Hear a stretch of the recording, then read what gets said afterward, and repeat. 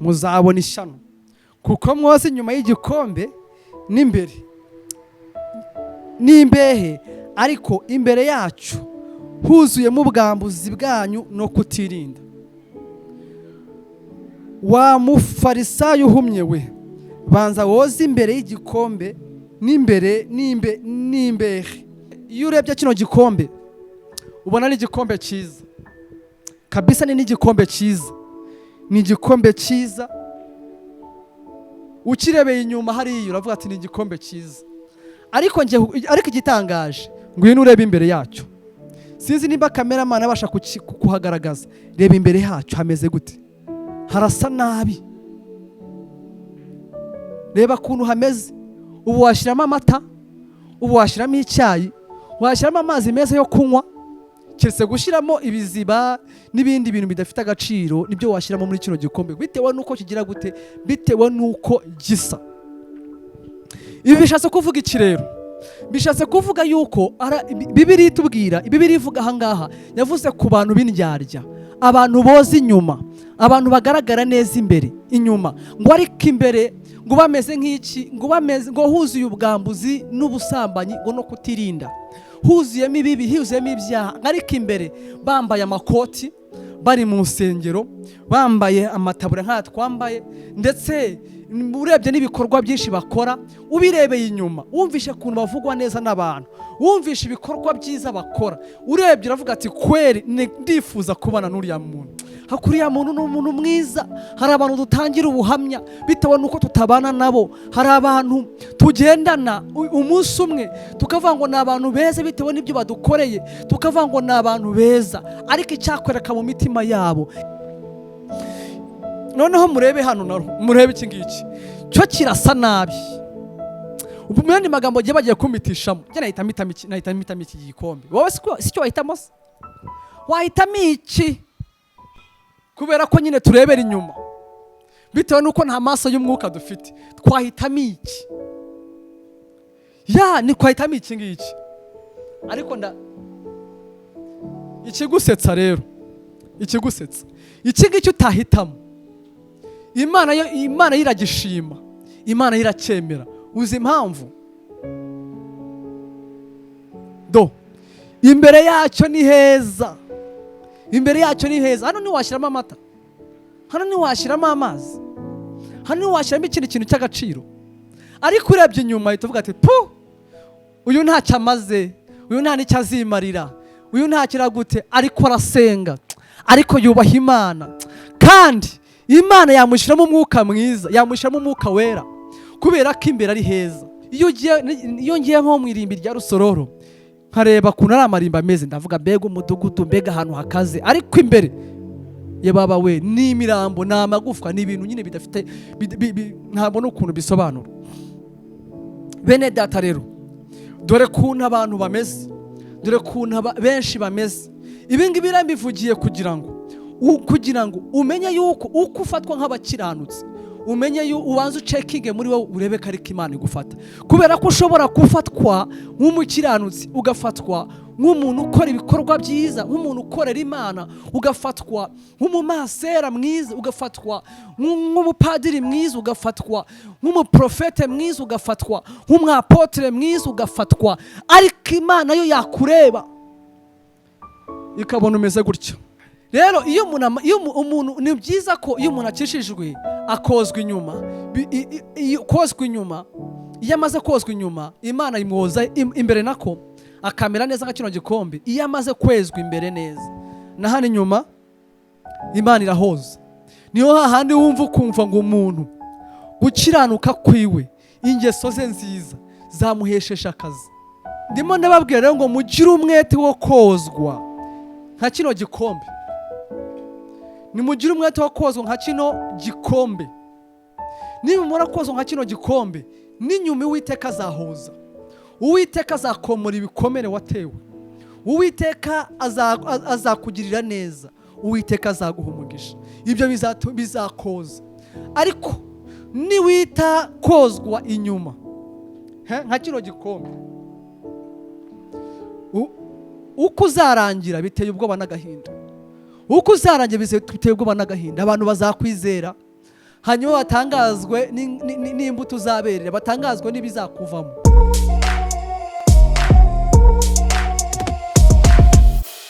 Turabasuhuje mu izina rya Yesu.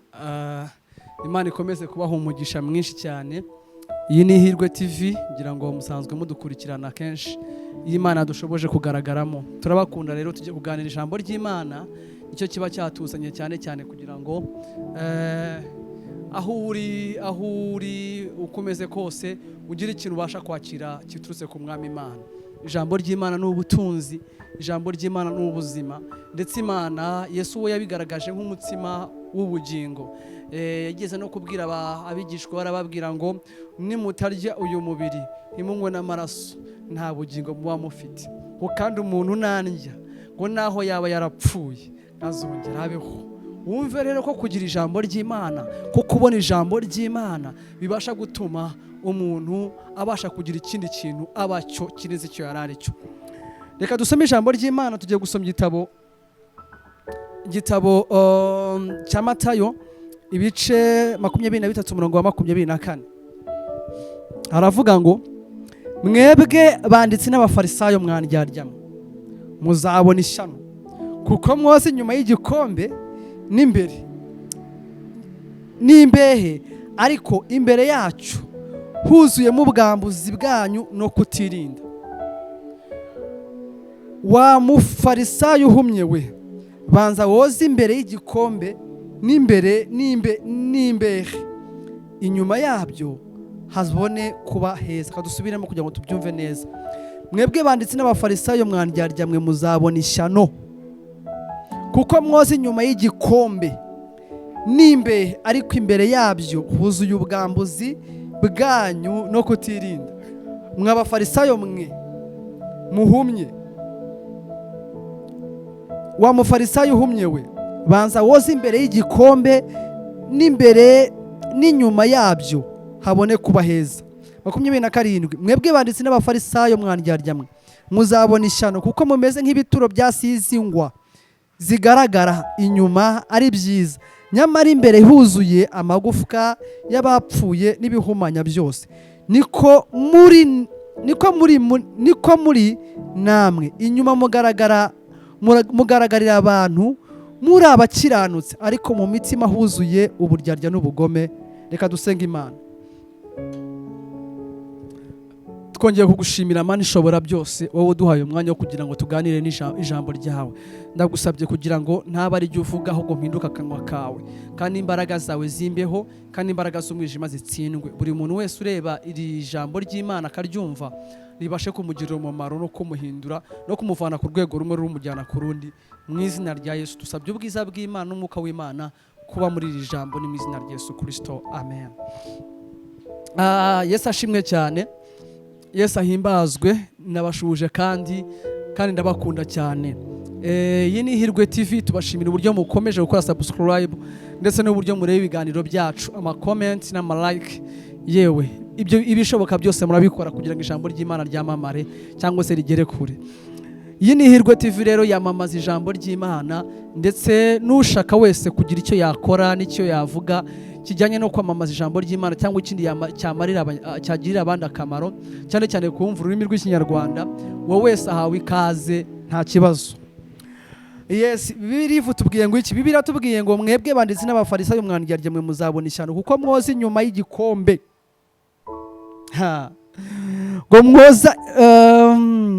Ngo mwebwe banditsi n'abafarisayo mwandyaryamu, muzabona ishyano, kuko mwoza inyuma y'igikombe n'imbere, ariko imbere habyo huzuye ubwambuzi no kutirinda. Mwa bafarisayo, wa mufarisayo uhumye we, banza woze imbere y'igikombe n'imbehe, inyuma yabyo habone kuba heza, amen. Yesu ashimwe cyane. Kambabwire, iyo urebye kino gikombe ubona ni igikombe cyiza kabisa, ni igikombe cyiza, ni igikombe cyiza.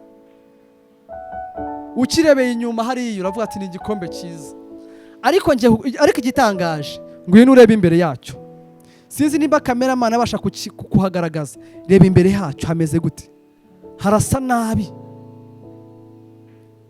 Reba kuntu hameze.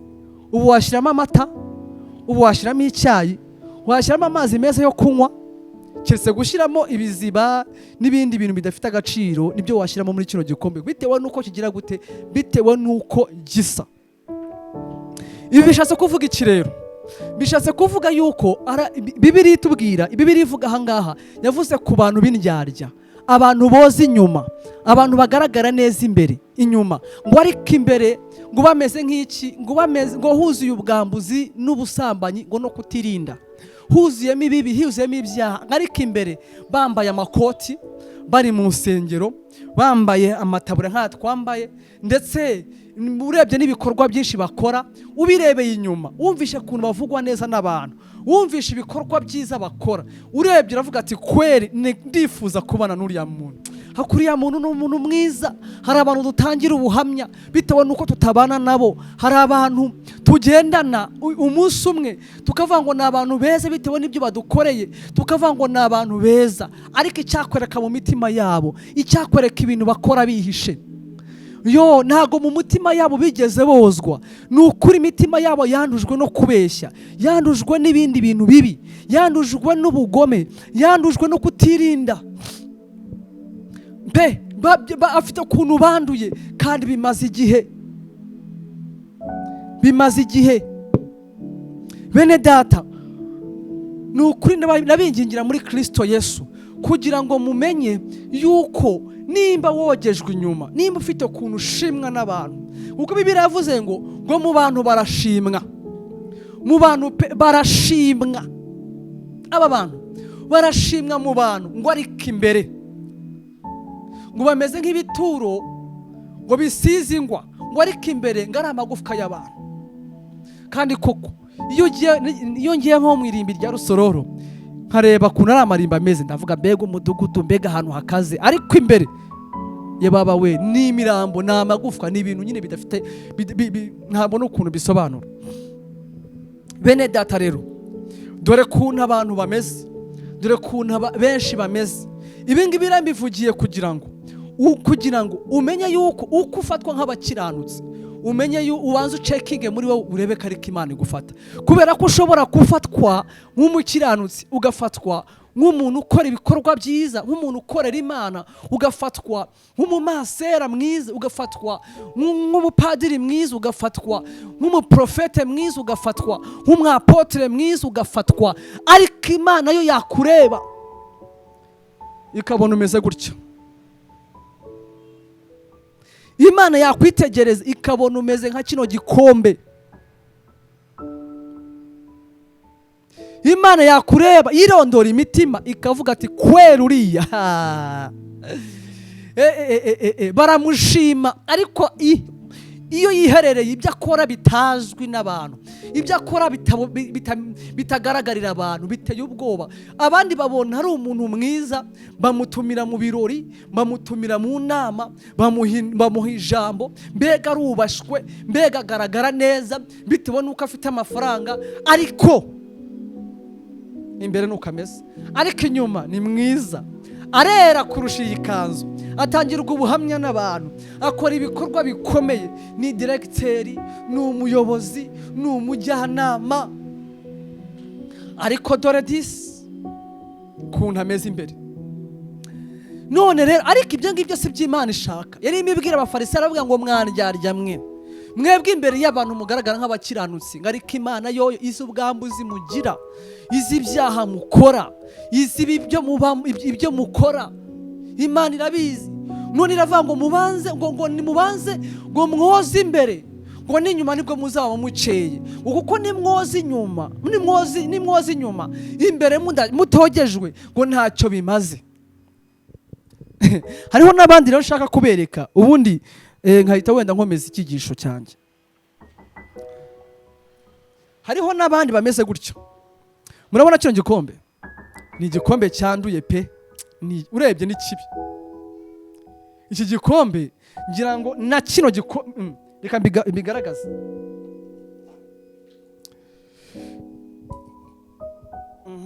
Muranyihanganira, sinzi kameramena ngerageze kubigaragaza neza. Ibi bikombe uko ari bibiri, bakubwiye ngo uhitamo igikombe cyiza, wahitamo iki ngiki. kubera ko abantu bakunze kurebera inyuma. Wahitamo iki ngiki. Ariyo mpamvu abantu bajya bashaka umuntu barabanye muri fiyansaye neza, kavuga ngo mfite umugabo mwiza, ngo nzaba mfite umugabo mwiza, biki bazabana agatungurwa, agatangara, akabona ibyo atabonaga, akumva ibyo atumvaga, akareba uko atarebaga, kubera ko yarebye inyuma ntiyareba imbere. Noneho murebe hano, murebe iki ngiki cyo kirasa nabi. Ubu mu yandi magambo giye bagiye kumitishamo, njye nahitamo iki gikombe. Wowe si cyo wahitamo se? Wahitamo iki? Kubera ko nyine turebera inyuma, bitewe nuko nta maso y'umwuka dufite. Twahitamo iki? Ni kwahitamo iki ngiki. Ariko ikigusetsa rero, ikigusetsa iki ngiki utahitamo, Imana iragishima, Imana iracyemera. Uzi impamvu? Imbere yacyo ni heza, imbere yacyo ni heza. Hano ntiwashyiramo amata, hano ntiwashyiramo amazi, hano ntiwashyiramo ikindi kintu cy'agaciro. Ariko urebye inyuma uhita uvuga ati uyu ntacyo amaze, uyu nta n'icyo azimarira, uyu ntakira gute, ariko arasenga, ariko yubaha Imana. Kandi Imana yamushyiramo umwuka mwiza, yamushyiramo umwuka wera, kubera ko imbere ari heza. Ariko uyu nguyu ushimwa namwe, uyu nguyu ushimwa n'abantu, Imana ntabwo yamushyiramo amata, ntiyamushyiramo umwuka wera. Bitewe n'iki? Bitewe n'uko imbere aranduye. Ariko uyu nguyu mudashima, Imana yamuzuzamo umwuka wera, Imana iramwemera, Imana izamuha ubugingo buhoraho. Ariko ku bantu nta gaciro afite, bitewe n'uko nta mafaranga, bitewe n'uko bamusebya, bitewe n'uko hari aho yavukiye, bitewe n'uko ari ukuntu afatwa. Yewe ni ukuri pe, hariho abantu tutifuza kandi ari abantu b'agaciro Imana yemera. Hariho abantu twirukanye, turavuga we ntacyo wamarira, bageze ahandi bahinduka igiti cy'inganzamarumbo, bakora ibikorwa bikomeye. Hariho abantu birukanywe babona yuko ntacyo bazavamo, ariko uyu munsi ni abantu bakomeye, bitewe n'uko abantu bareberaga abantu inyuma, batabarebera imbere. Niyo mpamvu mbabwira ngo imbere niho dukwiye kwitaho, imbere niho dukwiye kwitaho. Bibiliya iravuga ngo murinde imitima yanyu kurusha ibindi byose birindwa, kuko iby'ubugingo ariho bigira gute, bikomoka. None rero abantu benshi bakunze koza inyuma, ariko imbere ntibahiteho. N'ubu ngubu ibyo twigisha abantu kwambara neza.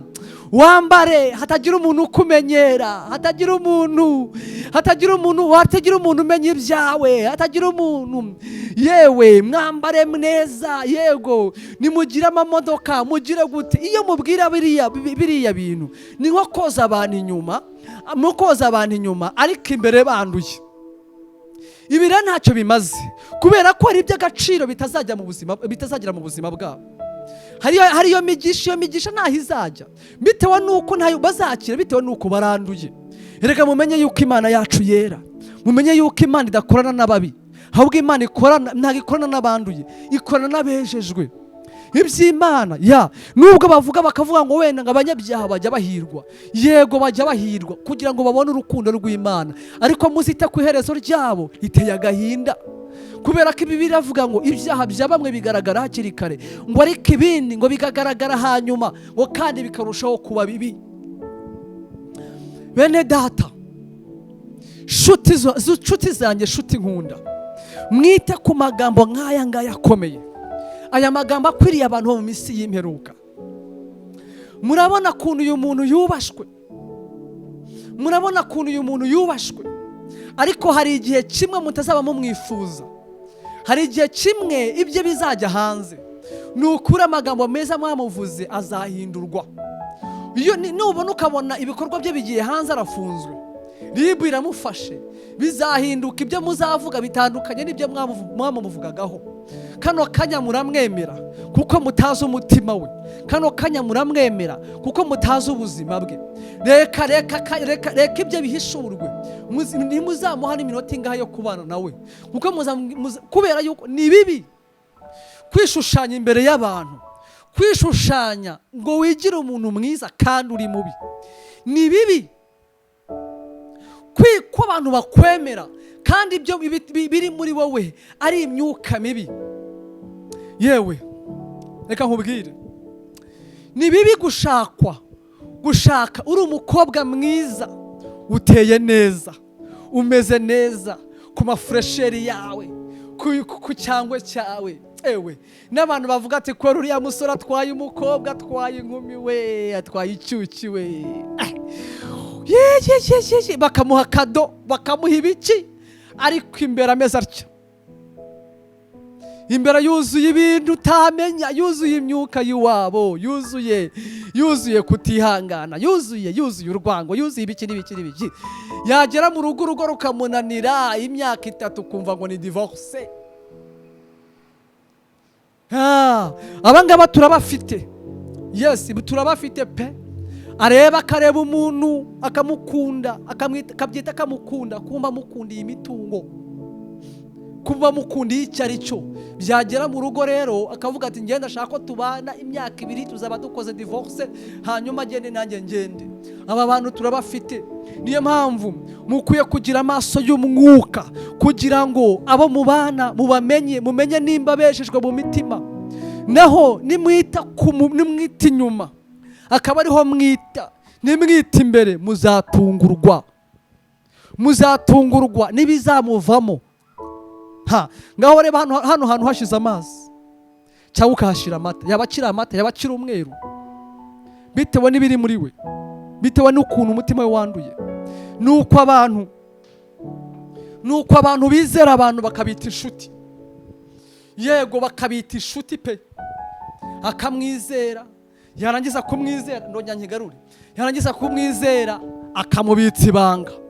Yabaza kumubitsa ibanga, ye baba we, uyu muntu bikije ibanga ni mubi, aho akatangira akamusebya, akavuga ibye, hanyuma undi nawe bikamubabaza ati yewe nari narakwizeye nk'inshuti yanjye n'ibiki.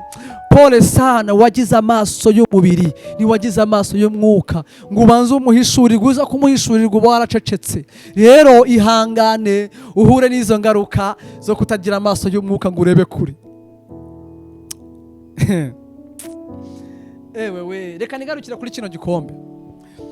Rero iyo umuntu ni byiza ko iyo umuntu akishijwe akozwa inyuma, iyo amaze kozwa inyuma Imana imwoza imbere, nako akamera neza nka kino gikombe. Iyo amaze kwezwa imbere neza, na hano inyuma Imana irahoza. Niyo hahandi wumva ukumva ngo umuntu gukiranuka kwiwe, ingeso ze nziza zamuhesheje akazi, zamuhesheje kuguma ku ntebe runaka, zamuhesheje igihembo runaka, zamuhesheje kubera iki? Byanga byakunda umukiranutsi yatangira nabi, bamusebya, ndetse yanyura mu miruho, ndetse yanyura mu bintu bitifuzwa, ariko iherezo ryiwe ni iryo kwifuzwa, ni iry'ubuhamya bwiza. Ntabwo umukiranutsi ashobora kubura ingororano ye. Ndimo ndababwira rero ngo mugire umwete wo kozwa nka kino gikombe. Nimugire umwete wo kozwa nka kino gikombe. Niba murakozwa nka kino gikombe, n'inyuma Uwiteka azahoza, Uwiteka azakomora ibikomere watewe, Uwiteka azakugirira neza, Uwiteka azaguha umugisha. Ibyo bizakoza. Ariko niwita kozwa inyuma nka kino gikombe, uko uzarangira biteye ubwoba n'agahinda. Uko uzarangira biteye ubwoba n'agahinda. Abantu bazakwizera, hanyuma batangazwe n'imbuto uzaberera, batangazwe n'ibizakuvamo. Kandi dufite abantu benshi bari gusenga, bari gukorera Imana, bameze gutya. Rero ndababwira mu izina rya Yesu Kristo ngo mwigenzure, mwihane, mwitunganye, kuko nibitamera gutyo iherezo ryanyu ntabwo rizaba ryiza. Nibishoboka yuko ikintu kibi bagihemba icyiza, cyangwa se ibituruka mu bibi babihemba ibyiza, kandi ntibinashoboka yuko ibituruka mu byiza babihemba ibibi. Byanga byakunda Uwiteka niwe mucamanza utabera, azaguhemba ibyiza, azaguhemba ibyiza. Nukora ibyiza ntuzemerwa.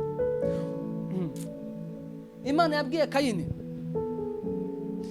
yabwiye Kayini, iramubwira ngo Kayini, nukora ibyiza ntago uzemera, ntuzemerwa ngo ariko nudakora ibyiza ngo dore ibyaha byitugatugiye ku rugi rw'umutima wawe ngo kandi ni wowe ukwiriye kugira gute kubitegeka.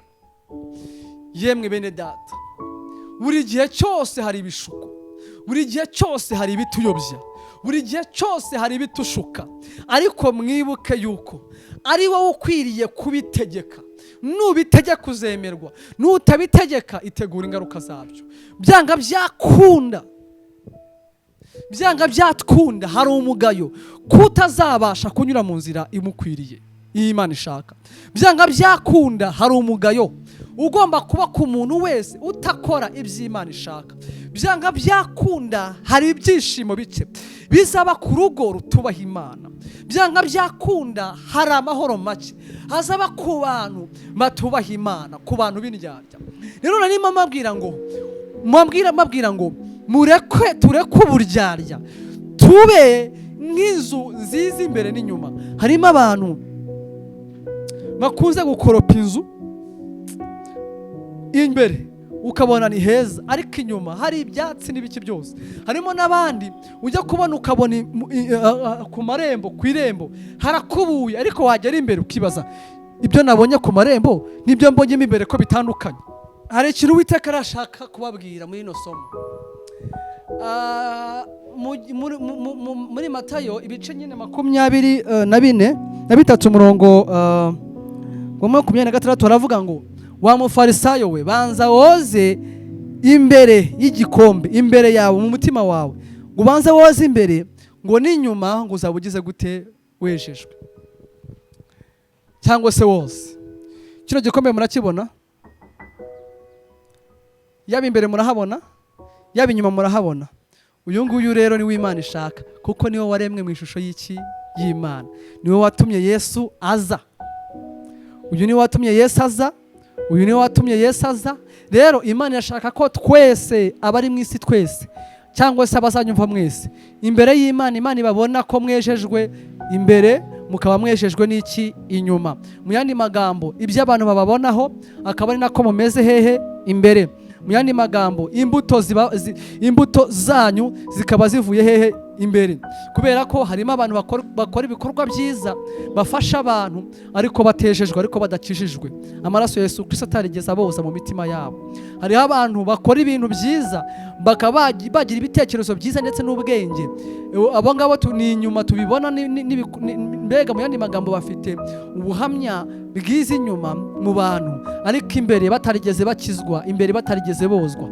Niyo mpamvu rero Bibiliya ishaka kugira ngo twozwe imbere n'inyuma. Amen. Iki kindi kambaze ngaruka kuri bya bikombe ubundi soze. Nabanje kubereka yuko hari igikombe cyiza inyuma, ariko imbere cyanduye. Bibiliya ibagereranya n'iki? N'indyarya.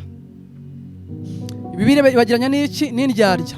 Izi ni indyarya, niko Bibiliya ivuga. Bavuga yuko bameze nk'ibituro bisize ingwa, ariko imbere ari amagufwa y'abapfu. Iki gikombe cyaragawe, bakigira inama mwabashije kumva. Iki ni ikindi gikombe. Kiriya gikombe n'imberetse cyo gishimwa n'abantu, ariko ntabwo gishimwa n'Imana. Mu bantu baragishima, ariko ku Mana ntabwo bagira gute, ntabwo bagishima. Iki ni igikombe nacyo kidashimwa n'abantu, ariko Imana igira gute, ishima. Iyo kino gikombe rero kimaze gushimwa n'Imana, uyu ni umuntu.